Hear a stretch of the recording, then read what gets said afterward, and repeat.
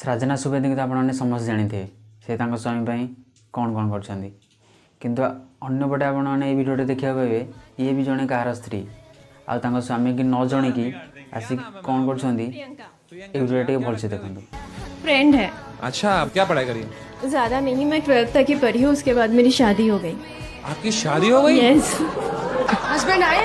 नहीं, यहाँ पे नहीं आए हैं, और मेरा 15 साल का बेटा भी है। तो your husband is cool, like see I am telling you from a man's perspective, you know male ego बड़ा फ्रजाइल होता है ना। तो हमारी गांड जलती है even if a guy sees our girlfriend और टॉक्स टू हर, तो यहाँ तो कपड़े ही फाड़ रहे हैं यहाँ पे। तो is your husband very cool? बाद में बताएंगे, अभी तक पता नहीं है उनको।